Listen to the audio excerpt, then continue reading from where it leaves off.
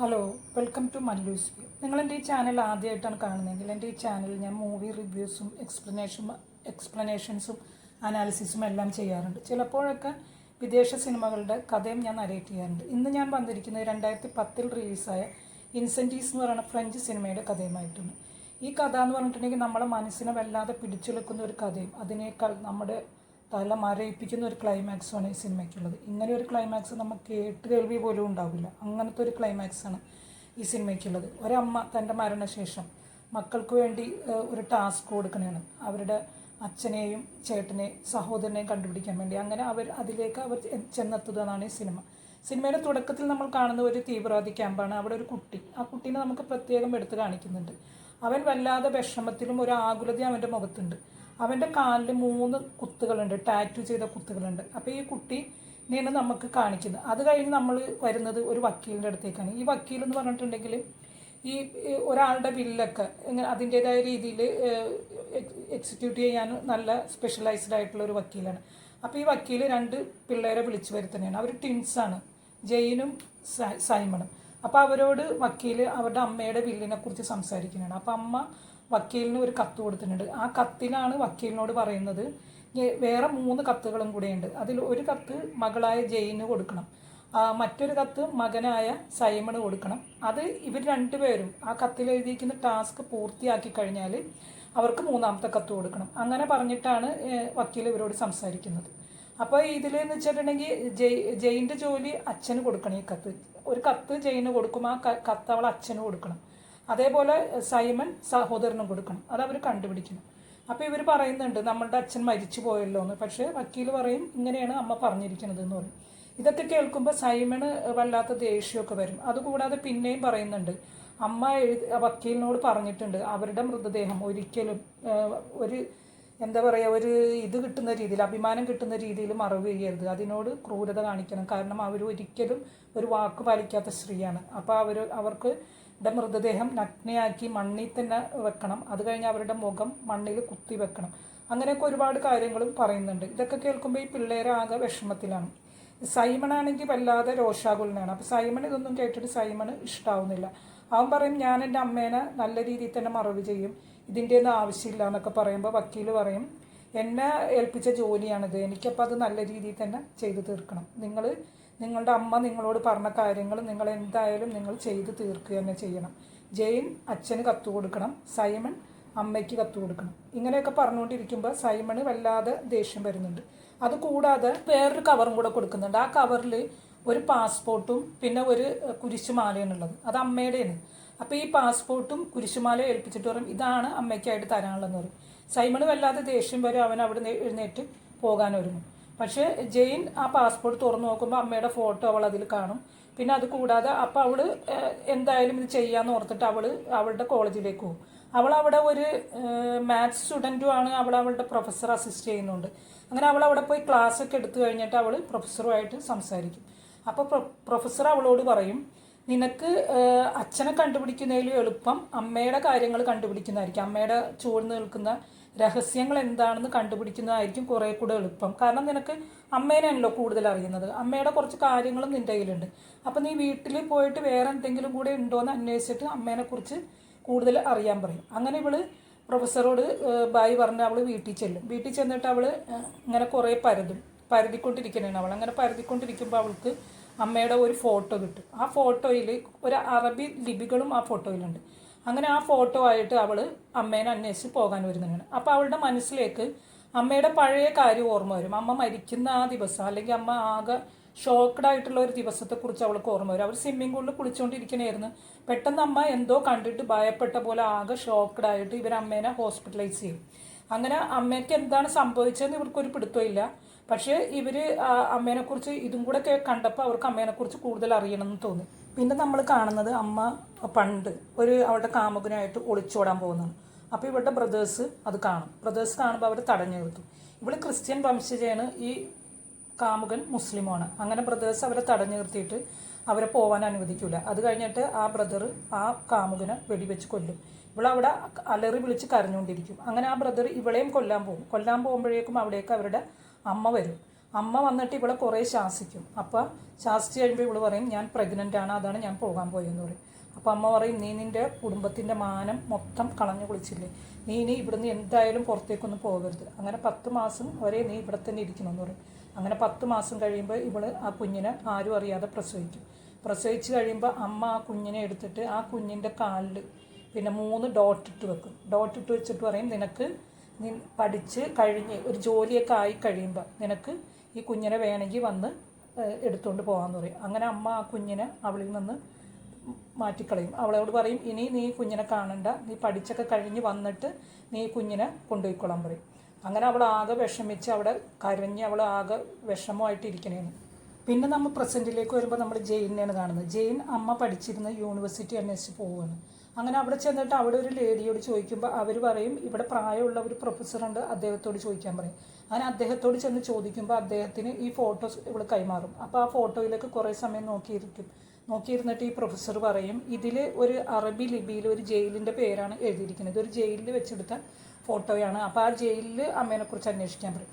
ഇവള് ആകെ സ്റ്റണ്ടാവും. അപ്പോൾ അമ്മ ജയിലിൽ കിടന്നിട്ടുണ്ട്. അതൊക്കെ അവളെ സംബന്ധിച്ച് പുതിയ അറിവുകളായിരുന്നു. അമ്മേനെക്കുറിച്ച് അവർക്ക് ഇതൊന്നും അറിയില്ലായിരുന്നു. അവളാകെ വിഷമിച്ച് അമ്മ ജയിലിലൊക്കെ കിടന്നിട്ടുണ്ടോ എന്തിനാണെന്നൊക്കെ ആലോചിച്ച് അവൾ അവിടെ അങ്ങനെ നിൽക്കും. പിന്നെ നമുക്ക് ഫ്ലാഷ് ബാക്കാണ് കാണിക്കുന്നത്. അമ്മ ആ യൂണിവേഴ്സിറ്റിയിൽ പഠിച്ചുകൊണ്ടിരിക്കുന്നത്. അപ്പോൾ അമ്മ അവളുടെ ഒരു അങ്കിളിൻ്റെ വീട്ടിൽ നിന്നാണ് പഠിക്കുന്നത്. അപ്പോൾ ആ യൂണിവേഴ്സിറ്റിയിൽ ഇതേപോലെ ജാതിയുടെ പേരിൽ ഈ പിന്നെ ക്രിസ്ത്യൻസും മുസ്ലിംസും തമ്മിലുള്ള ഈ പ്രശ്നങ്ങൾ വരുമ്പോൾ ഇവള് കുറച്ച് സ്റ്റുഡൻസ് ലീഡറൊക്കെയാണ്. ഇവൾ അതിനെതിരെ ഇങ്ങനെ പോരാടാനൊക്കെ നിൽക്കും. അപ്പോൾ ഈ അങ്കിൾ ഇവളോട് പറയും നീ നമുക്ക് ഇവിടുന്ന് മാറണമെന്ന് പറയുമ്പോൾ ഇവള് അവിടുന്ന് മാറാൻ ഒരുങ്ങും. ഇവൾ അവിടുന്ന് ഇറങ്ങണേന്. അപ്പോൾ ഇവള് വിചാരിക്കും ഞാൻ ഏതായാലും ഇവിടുന്ന് പോവുകയല്ല, അപ്പോൾ എൻ്റെ മോനെ കൂടെ കൂട്ടിയിട്ട് ഇവിടുന്ന് പോകാമെന്ന് ഓർത്തിട്ട് അവൾ മോനെ അന്വേഷിച്ച് ചെല്ലുമ്പോൾ ആ മോൻ്റെ അനാഥാലയം നിന്ന സ്ഥലത്തുള്ള ആ അനാഥാലയത്തിൽ ആൺപിള്ളേരൊന്നും കാണുന്നില്ല, ആൺകുട്ടികളൊന്നും കാണുന്നില്ല, പെൺകുട്ടികളെയൊക്കെ അവിടുന്ന് മാറ്റണം. അപ്പോൾ പറയും ഇവിടെ പ്രശ്നമാണ്, ഞങ്ങൾ ഈ പെൺകുട്ടികളൊക്കെ ഇവിടുന്ന് മാറ്റണം. അപ്പോൾ ഈ ആൺകുട്ടികളെ പറ്റി ചോദിക്കുമ്പോൾ പറയും ഇവിടെ അടുത്തുള്ള വേറൊരു അനാഥാലയത്തിലാണ് ആൺകുട്ടികൾ ഉണ്ടായിരുന്നെന്ന് പറയും. അങ്ങനെ അവൾ ആ അനാഥാലയം അന്വേഷിച്ച് അങ്ങോട്ട് ചെല്ലുന്നത്. പക്ഷേ അവളെ നടക്കുന്ന ഒരു കാഴ്ചയാണ് അവളവിടെ കാണുന്നത്. ആ അനാഥാലയം നിന്ന സ്ഥലം മുഴുവനും ആകെ ഇടിഞ്ഞ് പൊളിഞ്ഞ് ബോംബേറിലോ മറ്റോ ആകെ പൊളിഞ്ഞ് കിടക്കുന്ന കാഴ്ചയാണ് കാണുന്നത്. അപ്പോൾ അവൾക്ക് മനസ്സിലാവും അവളെ കുഞ്ഞിനെ അവൾക്കിനി കാണാൻ പറ്റുന്നു. അവൾ അവിടെ ഇരുന്ന് ഒരുപാട് കരയും. ഈ എൻ്റെ കുട്ടീനെ എനിക്ക് ഇനി ഒരിക്കലും കാണാൻ പറ്റില്ല എന്ന് ഓർത്തിട്ട് അവൾ വല്ലാതെ വിഷമിച്ച് അവൾ അവിടെ ഇരുന്ന് കരയും. അത് കഴിഞ്ഞ് അവൾ പുറത്തേക്ക് വന്നിട്ട് അവൾ ഒരു വണ്ടി നോക്കി നിൽക്കുമ്പോൾ ഒരു ബസ് ദൂരെ നിന്ന് വരുന്നതാണ്. അപ്പോൾ അവൾ ആ ബസ് നോക്കുമ്പോൾ അത് മുസ്ലിംസാണ് അതിൽ ഉള്ളതെന്ന് മനസ്സിലായി. കാരണം ഇങ്ങനെ ഇത് നടക്കണേണ്ട യുദ്ധം. അവൾ ഉടനെ ആ കുരിശുമാല അഴിച്ചു മാറ്റും. എന്നിട്ട് ഒരു സ്കാർഫ് എടുത്ത് അവൾ തലയിൽ കെട്ടി അവൾ ആ ബസ്സിൽ കയറിക്കൂടും, മുസ്ലിം എന്നുള്ള വ്യാജേന. അങ്ങനെ അവൾ അവിടെ നിന്ന് യാത്ര ചെയ്ത് അവൾ പോവുകയാണ്. എങ്ങോട്ട് പോകണമെന്നൊന്നും അവൾക്ക് അറിയില്ല. അങ്ങനെ അവൾ അവിടെ നിന്ന് ഇങ്ങനെ യാത്ര ചെയ്ത് പുറത്തേക്ക് പോകാമെന്ന് ഓർക്കുമ്പോൾ തന്നെ കുറേ തീവ്രവാദികൾ, ക്രിസ്ത്യൻ തീവ്രവാദികൾ വന്നിട്ട് ആ ബസ്സിന് നേരെ വെടിയുതിർക്കും. അങ്ങനെ അതിലുണ്ടായിരുന്ന ആൾക്കാർ മുഴുവൻ മരിക്കും. അപ്പോൾ ഇവളും വേറൊരു കുട്ടി അവിടെ ഉണ്ടായിരുന്നു, ഒരു അമ്മയും കുട്ടി ഉണ്ടായിരുന്നു. അവർ മാത്രം അവിടെ ബാക്കിയും. ഇവൾ ആ കുട്ടീനെ തന്നെ നോക്കിയിരിക്കുകയായിരുന്നു, ഇവൻ്റെ മോൻ്റെ കാര്യം ഓർത്തിട്ട്. പെട്ടെന്ന് ഇവള് ബസ്സിന് തീ വെക്കാൻ പോകുമ്പോൾ വിളിച്ചു പറയും ഞാൻ ക്രിസ്ത്യനാണ്, എന്നെ വെറുതെ വിടണമെന്ന് പറയും. അപ്പോൾ ഇവളങ്ങനെ കുറേ സമയം അവിടെ ഇരുന്ന് അങ്ങനെ വിളിച്ച് പറഞ്ഞുകൊണ്ടിരിക്കും അവർ കേൾക്കാൻ വേണ്ടിയിട്ട്. അപ്പോൾ ഇവൾ ഓർക്കും ഈ കുട്ടിയെ കൂടെ രക്ഷിക്കാമെന്ന് ഓർക്കും. കാരണം ആ കുഞ്ഞ് എന്ത് പഴിച്ച് ആ കുഞ്ഞിനെ കൂടെ തനിക്ക് രക്ഷിക്കാൻ പറ്റില്ല എന്ന് ഓർത്തിട്ട് ഇവൾ ആ കുഞ്ഞിനെ ആ അമ്മയിൽ നിന്ന് പിടിച്ചു വാങ്ങും. ഏതായാലും ഈ അമ്മേനെ അവർ കൊല്ലും. ഈ കുഞ്ഞിനെങ്കിലും രക്ഷിക്കാമെന്ന് ഓർത്തിട്ട് അവൾ ആ കുഞ്ഞിനെ ആ കയ്യിൽ നിന്ന് പിടിച്ച് വാങ്ങിച്ച് അവൾ ആ കുഞ്ഞുമായിട്ട് അവിടെ നിന്ന് ഓടുകയാണ്.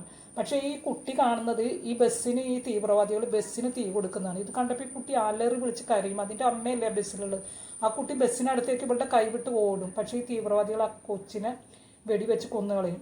ഇതെല്ലാം കണ്ടിട്ട് ഇവളാകെ മരവിച്ച പോലെ അവളവിടെ ആ ബസ് അവളുടെ സമീപത്തിരുന്ന് ഇങ്ങനെ കത്തിക്കൊണ്ടിരിക്കുകയാണ്. ഇവർ ഒരു ദാക്ഷിണ്യവും ഇല്ലാതെ ആ ബസ്സിന് നേരെ വെടിയുതിർത്തോണ്ടിരിക്കുന്നത്. അത് മൊത്തം കത്തിച്ചാമ്പലാണ്.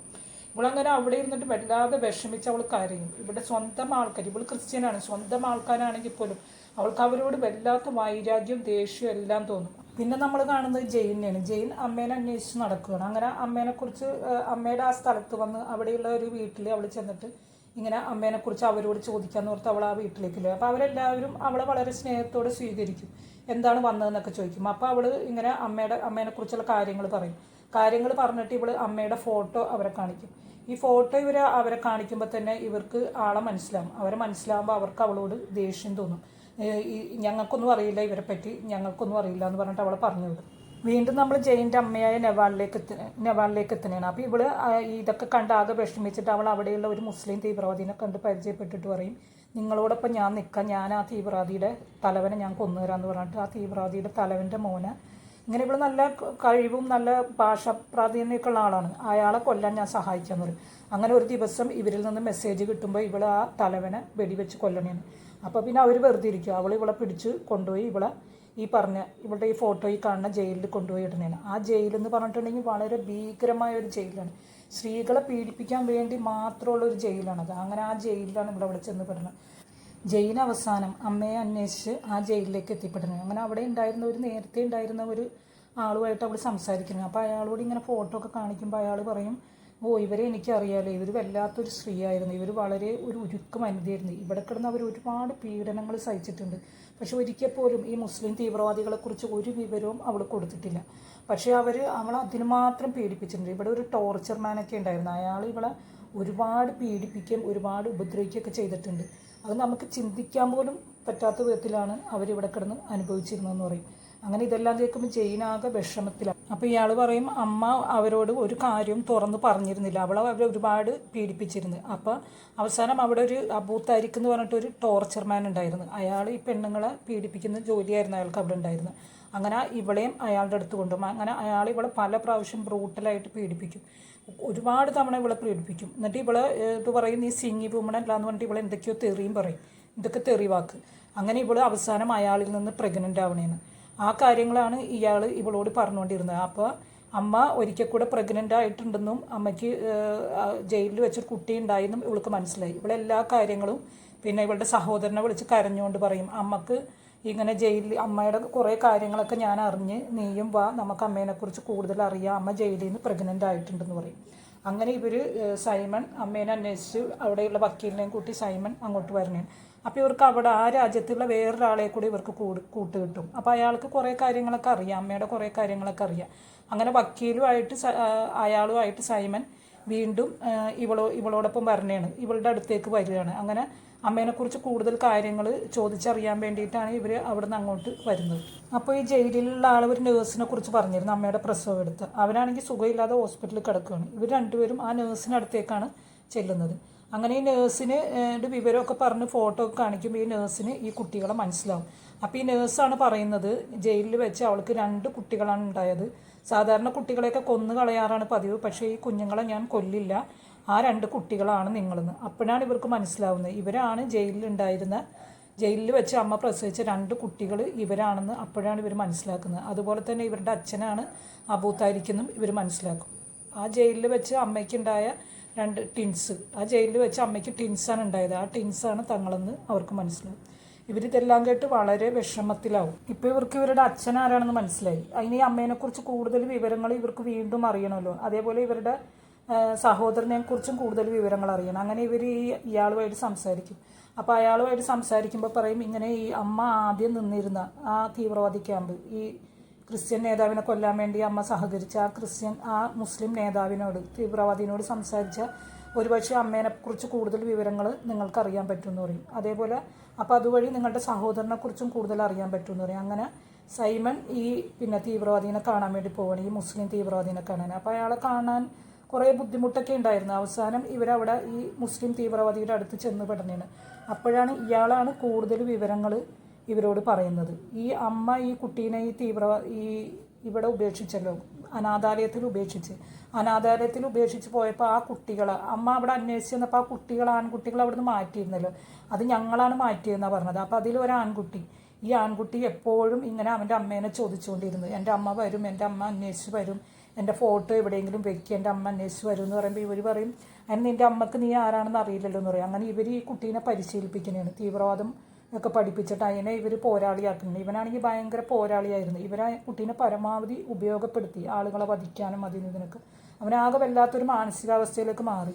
അങ്ങനെ ഇങ്ങനെ ഒരിക്കലും ഒരു പ്രശ്നം വന്നപ്പോൾ ഇവൻ ക്രിസ്ത്യൻ തീവ്രവാദികളുടെ കയ്യിലകപ്പെടും. അപ്പോൾ ഇവൻ്റെ ഈ കഴിവുകൾ മനസ്സിലാക്കി അവനെ കൊല്ലില്ല, അവനെ കൂടുതൽ ദുഷ്കർമ്മങ്ങൾ ചെയ്യാൻ അവനെ ഉപയോഗപ്പെടുത്തുകയാണ് ചെയ്തത്. അങ്ങനെയാണ് അവനെ ജയിലിലേക്ക് അയക്കുന്നത്. ആ ജയിലിലാണ് ഇവൻ്റെ അമ്മ ഉണ്ടായിരുന്നത്, ആ ജയിലിലേക്കാണ് ഇവനെ അയക്കുന്നത്. അവൻ്റെ പേരാണ് അബൂ താരിഖ് എന്ന് പറയും. അപ്പോൾ ഇവരാകെ സ്റ്റണ്ടാവും. അപ്പോൾ ഇവർക്ക് മനസ്സിലാവും തങ്ങളുടെ അച്ഛൻ ആരാണെന്നും ചേട്ടൻ ആരാണെന്നും ഇവർക്ക് മനസ്സിലാവും.